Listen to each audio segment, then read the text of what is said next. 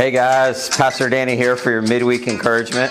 And in the background you might hear In the Light, which was probably my favorite song ever recorded. It's about 25 years old now, but it's just an amazing song, and it always encourages me as I listen to it. But it comes from the passage in 1 John that Pastor Eric preached on this past Sunday. And we are in a sermon series on 1 John.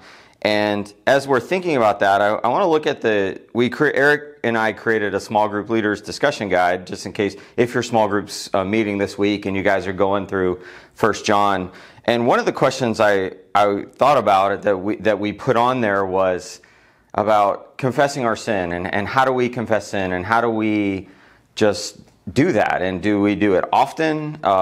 We as Protestant Christians, we don't have a rigid method for that. Different denominations and churches have different ways of doing that.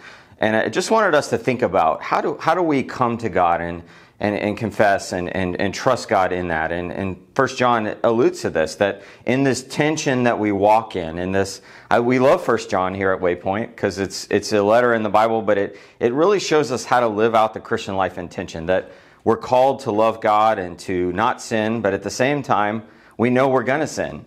And we live in this tension, and we trust God in that. And I feel like confession is something that some of us are better at than others. So I want us to just reflect on that. And one thing we will do this Sunday is take the Lord's Supper. And in our tradition, we take the Lord's Supper once or twice a month. And in that, we have a chance to come together and confess and to just accept God's forgiveness and embrace it. And we do that as we take the bread and the juice, and we remember and reflect on the atoning sacrifice that Christ gave for us on the cross.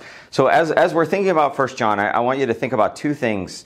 I want you to think about your own confession and how that's a part of your Christian walk. And then we'll continue to look at this tension of how do we live it out? How do we walk in the light when we know that there's darkness in us and all around us, as we're free and we're saved, but we're not there yet because Christ hasn't come back. So this is a good series. We're going to learn a lot, we're going to grow a lot, and we're going to trust each other. So come this Sunday and be ready to take the Lord's Supper and to just confess and breathe out the junk and breathe in the goodness of Christ and His death and His resurrection.